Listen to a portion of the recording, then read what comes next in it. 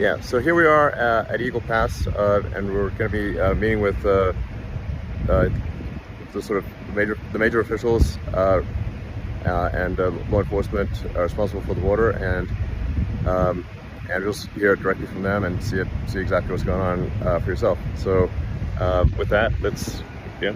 Yes, I'm Tony Gonzalez. I'm a local congressman here in the district. My district is 823 miles of the southern border, places like Eagle Pass, El Paso, Uvalde, Del Rio. We've been at the epicenter of this border crisis. What I really like to share is a lot of my sheriffs and local elected officials are being forgotten. Their stories aren't getting out.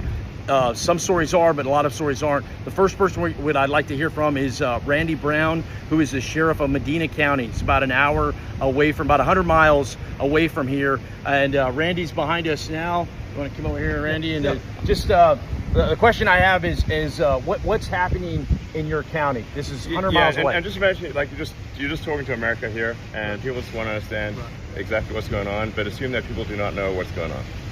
Well, you got to go back some time, and whenever the open border policies from the White House kind of got thrown out there, we've been overrun. How long ago was that? Cool. What year was that? 2 years ago. 2 years We're on our ago. third year. We've been battling it for 2 years, and okay. So you're saying there's been an open border policy essentially for the past few years? it was an invitation. An invitation. That's how I read it. That's how it was told from the White House. So okay. They don't have a clue what's going on here, I don't think, because if they did, maybe they would care. Maybe they wouldn't. I don't know. How does the train impact you? Because the trains have been a big story lately.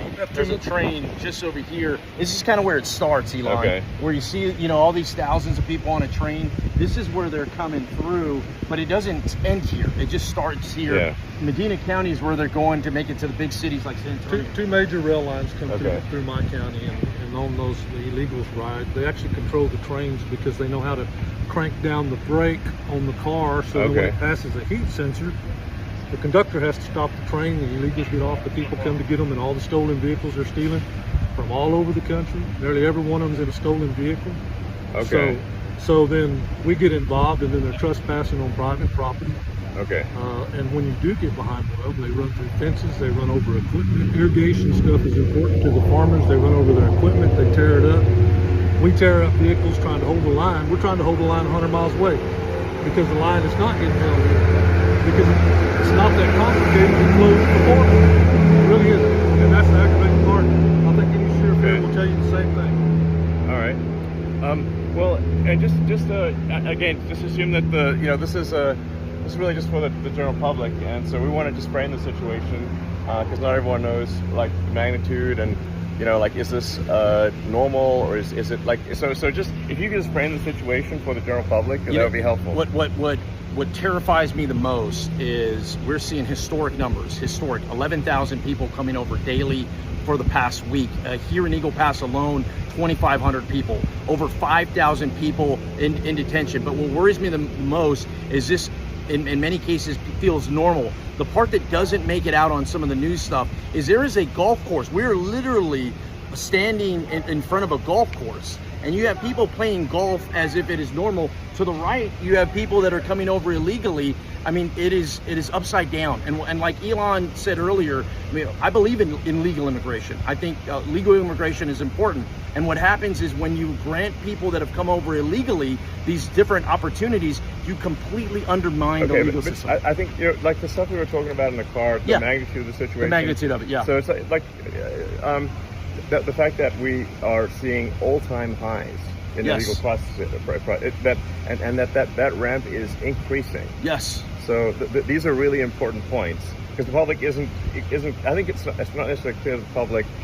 Is this normal or are we seeing an accelerating crisis? It's not getting better. It's getting worse. Last Friday a week ago was a historic number, 11,000 people that came over. Okay. And then on Monday, that number increased. Today is Thursday, and that number increased. We're only going in the wrong direction. This is a week. What happens 2 weeks from now? It's the wrong way. Okay. So basically, we're seeing unprecedented, all-time highs, and increasing, and spreading. Yes. It's not in just one area. It's not just like it's just one city or one Yes. town, and not even one state anymore. You know, it's not, we're talking about New York today, but Chicago, you're hearing it there, LA, Denver, there's all these other places where it's just spreading, just continues to get Okay. bubbling up. And just to quantify it, I think you said 2,000 a day or something, just in this location. Just here, yeah, just here. So that's but like over 700,000 a year.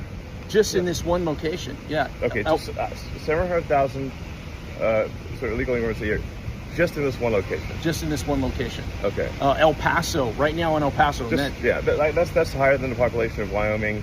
FYI. Exactly. Yeah. Yes. Yeah. Yeah.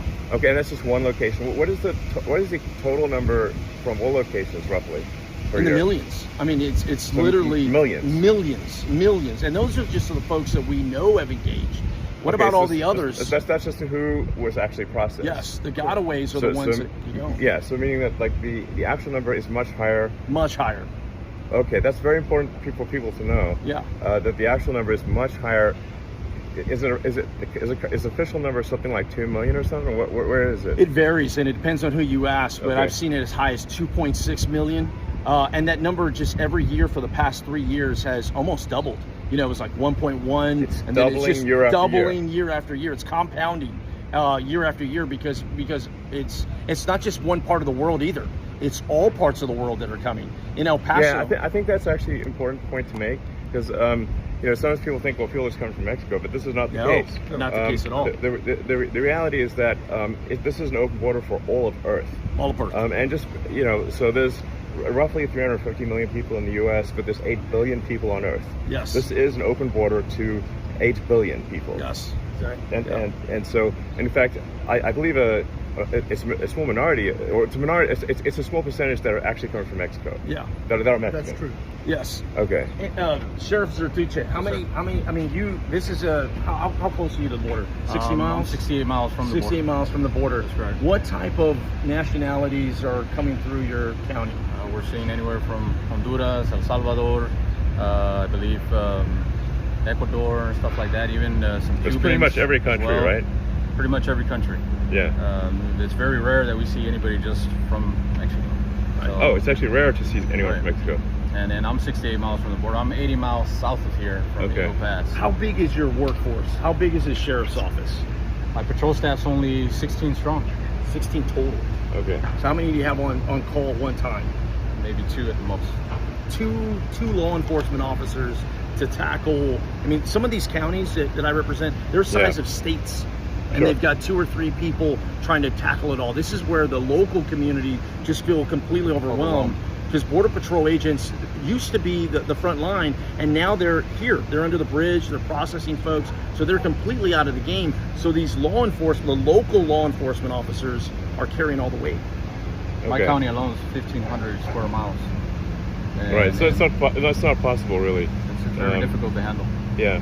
Okay. And so and just it's worth going over a bunch of things that you mentioned to me, which Yes. is like there's almost no repatriation. Right. This is another thing that I found surprising. Basically, once somebody gets in, they're in. Yes. There's essentially there's in theory repatriation, in theory flying back. Yes. And I believe you talked to the president of Guatemala and asked him if would they take people back, and he said, of course. Yes, I said I'll take every single one of them. Yeah, no problem. No So, problem. All you got to do is ask Call, us. yeah. Ask, you just call. The White House just needs to call it. Exactly. Okay. And every white. And Seems like that's not a difficult thing. Elon, every White House has done that. Okay. Whether it was Trump, whether it was Obama, whether it was Clinton, whether it was Bush, every single White House has had a border issue, and every single one has had to handle it the same way. Okay. By essentially going, we can't let everybody in because it's going to overwhelm us. You're going to abide by the laws, and if you don't qualify for asylum, we're going to send you back. And as soon as you start doing that, it alleviates the stress. This administration hasn't done that yet. Okay, so and just so of the sort of roughly 2.5 million that processed illegals, and then it's maybe as much as double that or something. I don't know. So, Gotaways. Yeah. Call it like 4-ish million, maybe 5 million total processed and unprocessed. how many of the 4 or 5 million legal immigrants are sent back to their countries every year? I'll give you an example. Here in Del Rio sector is one of 9 sectors, okay? We're getting about 2,500 people coming over illegally a day. And we are repatriating or sending 0 back. Zero. Zero. So Not, zero is quite a small number. yeah, exactly. Okay, let's just literally 0. So 0. basically there's no repatriation. What is happening is This is insane. What is happening is, at best, they will send people to other parts of the border. That's Okay. not back to where the country of origin. That's to Laredo or El Paso. Okay. In worst case scenario, and I want to bring in the mayor here, the worst case scenario is where they're at. You bubble to a point where there's nowhere else to send them. So what you end up doing is you release them into the street.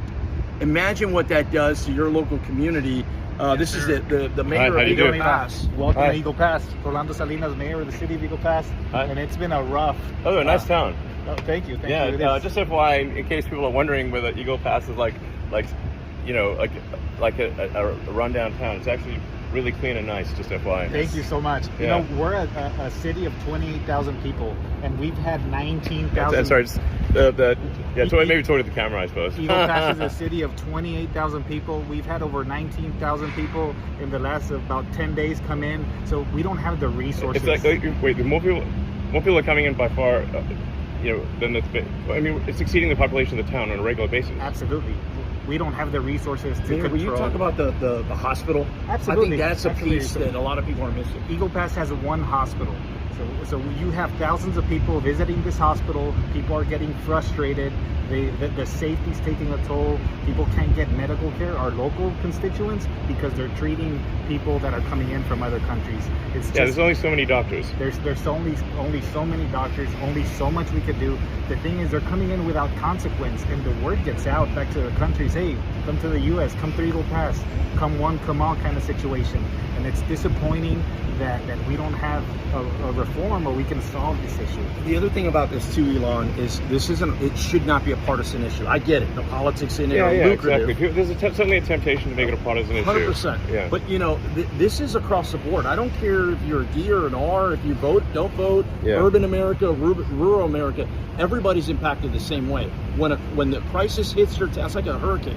When a hurricane hits you, everybody gets washed out. Sure. And it's no different. So I think there's an opportunity here. If we can message it in a manner of, this is about solutions. Hey, I get the finger pointing. It's easy to say why we got here. It's like, how do we just get out of here? And I think there are some real tangible solutions we can get. Okay, so I guess like the first part of this video, and I'll take a minute to upload it once this time, Sure. is just to frame the problem so Yes. that the American people understand the magnitude of the problem, how quickly it is growing, and that there is basically no solution currently being implemented. Yes. Yeah. Yes.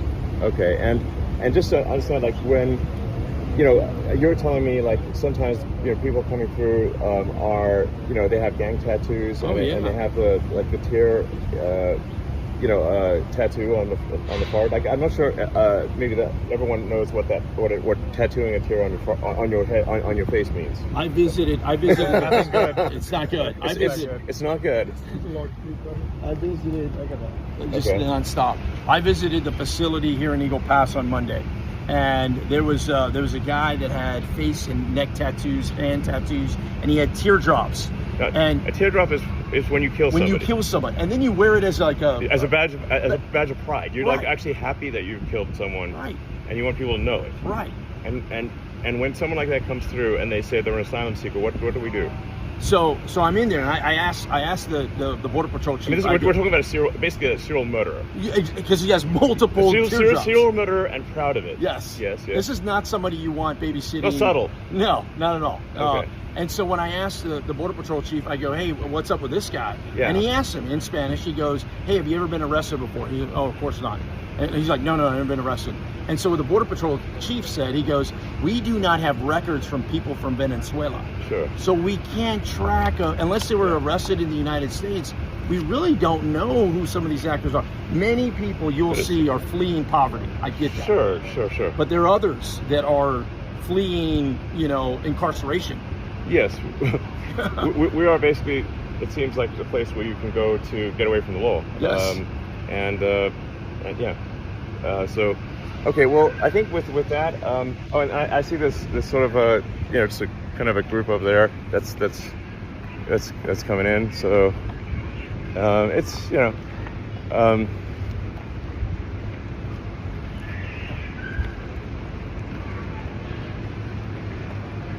so, you know, this sort of, I don't know if you could really see it. I'll try to switch it around.